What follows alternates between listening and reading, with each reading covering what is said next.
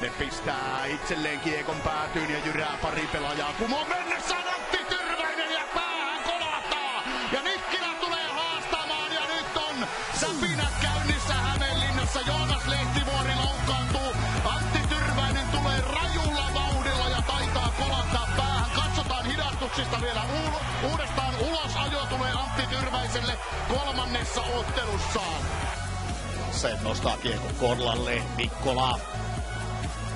Nyt tulee raju taklaus Taavi Vartiaiselta. Niko Mikkola jää keräilemään varusteitaan.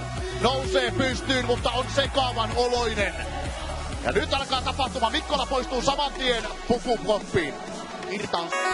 Jarno Kärki siihen mailaan. Se väli Niko Ojamäki hirvittävällä laidalla. Siinä Niko Ojamäki ysäyttää ehkä yhden tämän kauden hienoimmista taklauksista.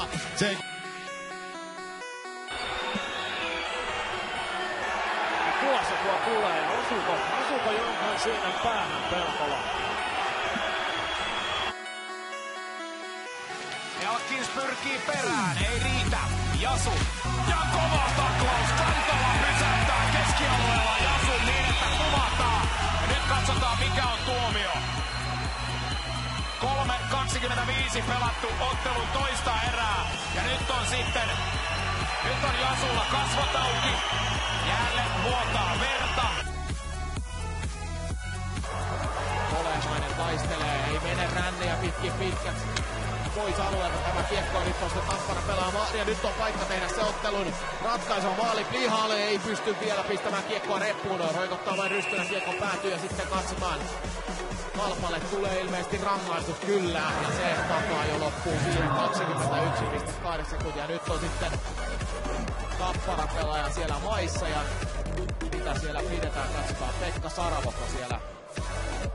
Kyllä Saravoja tässä näette, sieltä tulee taklaus ja ai, Saravo ei yhtään tule.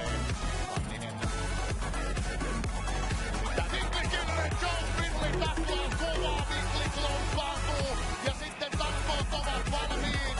Valteva ei halua lähteä Pillin kanssa.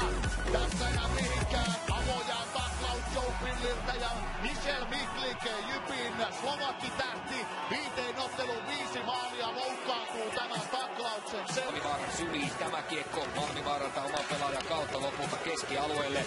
Apuilevaa vaikeaa on ja sitten Puljujärvi saa hieman tööttiä tuossa.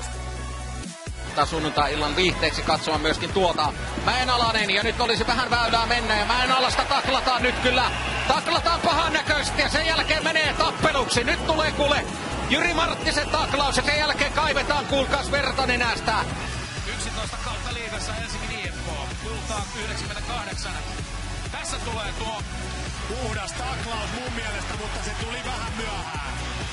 Luulin Liivik ei nähnyt, mun mielestä puhdas taklaus. Kova taklaus kuin mikä. Käsi nousee lopussa, koska kaveri lentää siinä. Aika hurja on Ville Varakkaan mälli.